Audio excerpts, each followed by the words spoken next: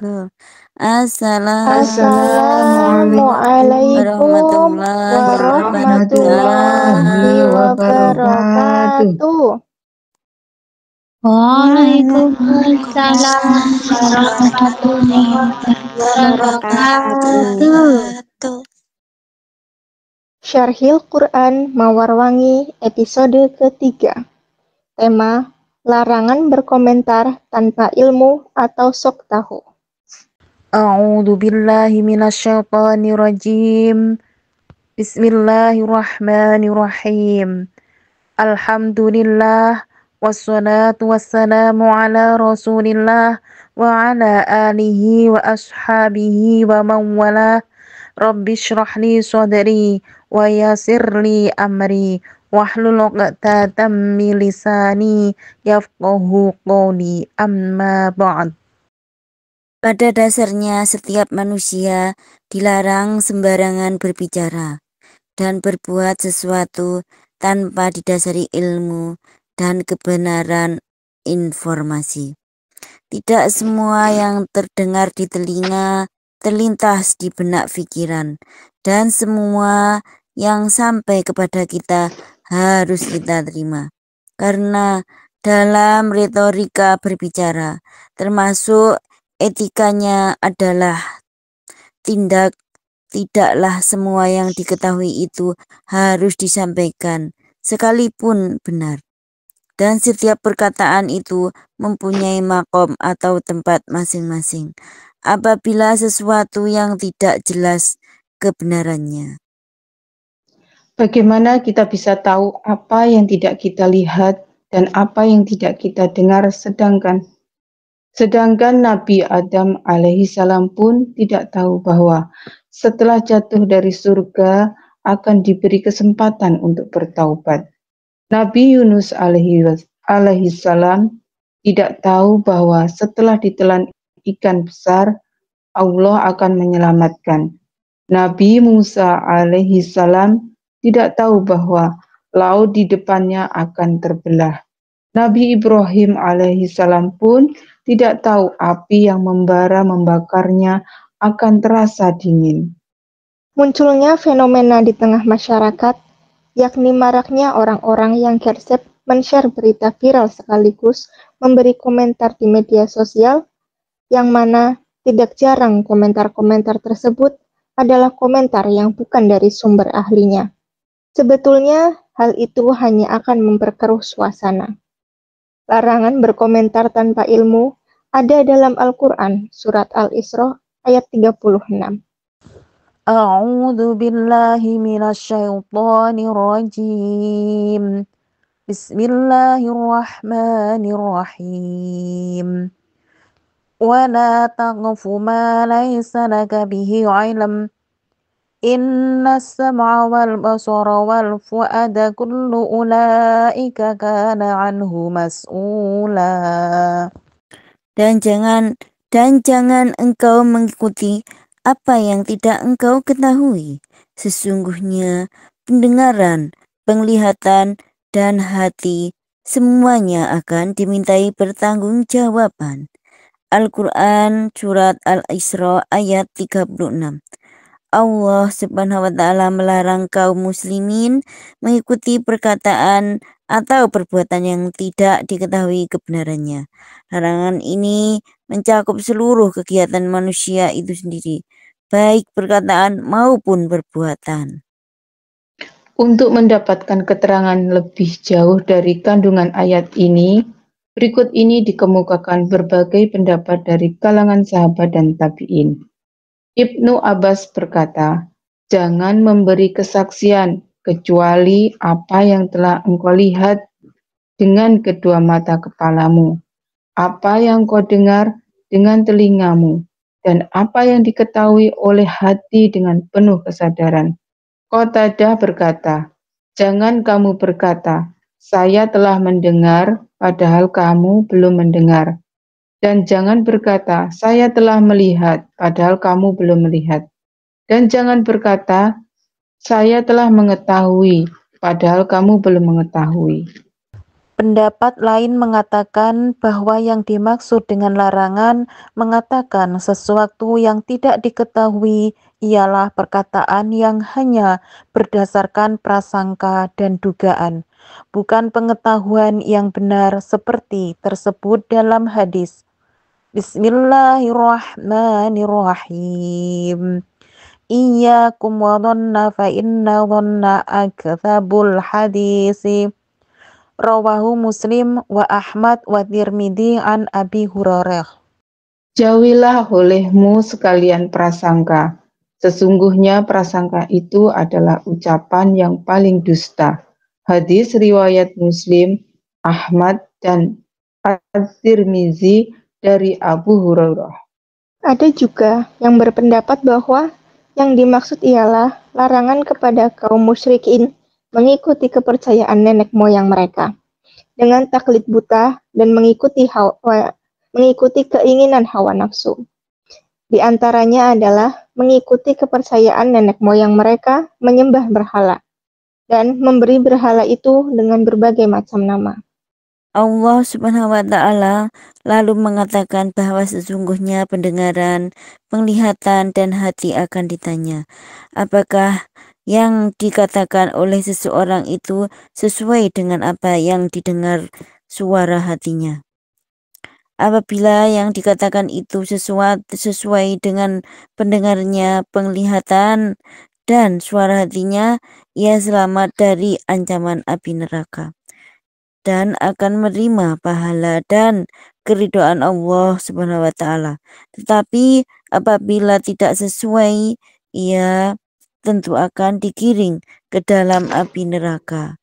Ada sebuah hadis yang diriwayatkan oleh Sakal bin Humaid. Ia berkata, Bismillahirrahmanirrahim. Ataitun Nabi sallallahu alaihi wasallam faqultu ya Nabi Allahu alimni ta'widan ata'awadtu bihi fa'akhadha biyadihi thumma qala qul a'udhu bika min syarri sam'i wa syarri basari wa syarri qalbi wa syarri mani yuridu zina. Rawahu Muslim.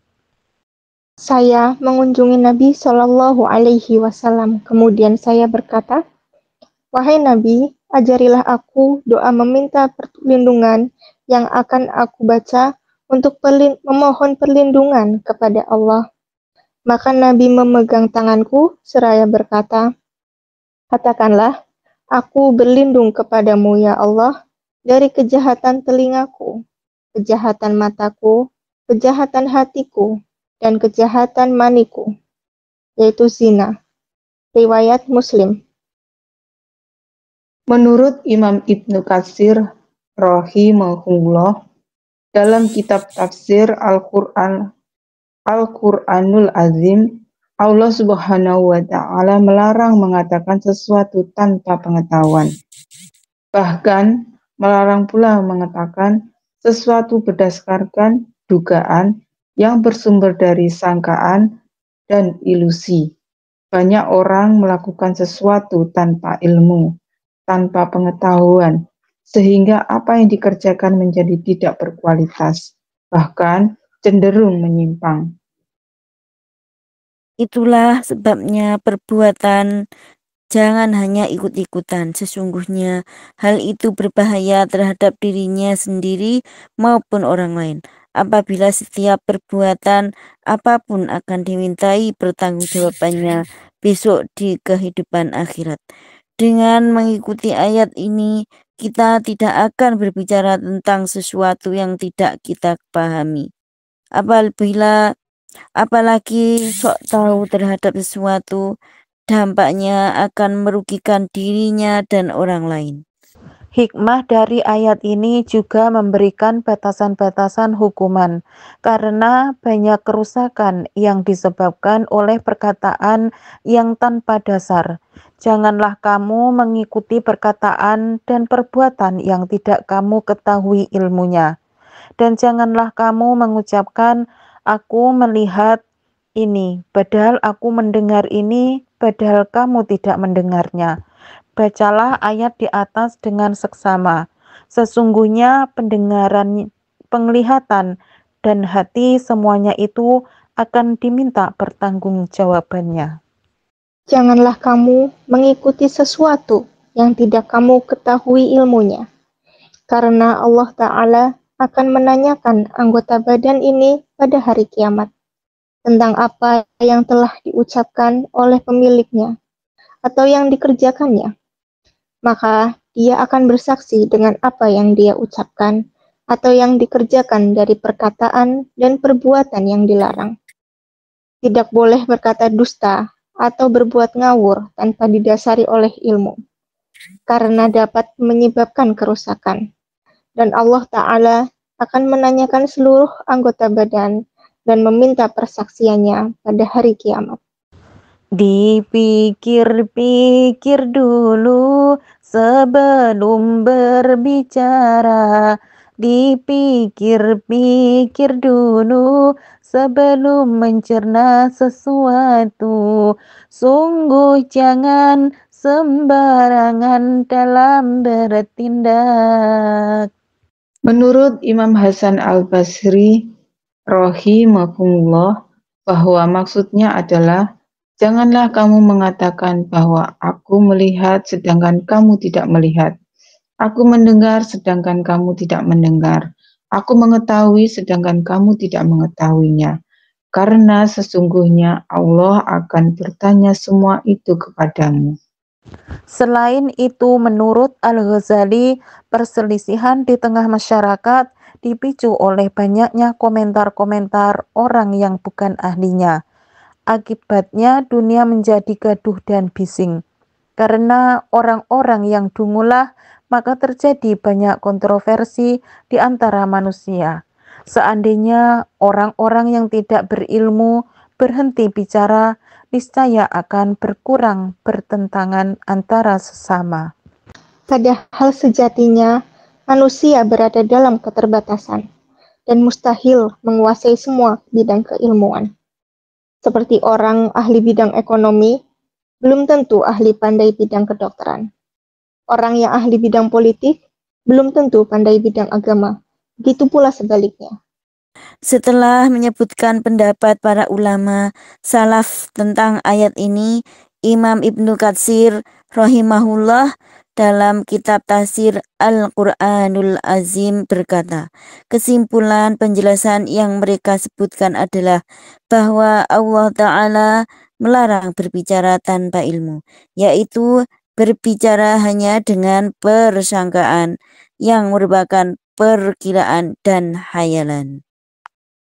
Terakhir, mari kita pahami sebuah hadis bahwa Rasulullah Shallallahu Alaihi Wasallam bersabda, sesungguhnya perbuatan mengada-adakan yang paling dusta adalah ketika seseorang mengaku melihat sesuatu dengan kedua matanya sedangkan ia tidak melihatnya.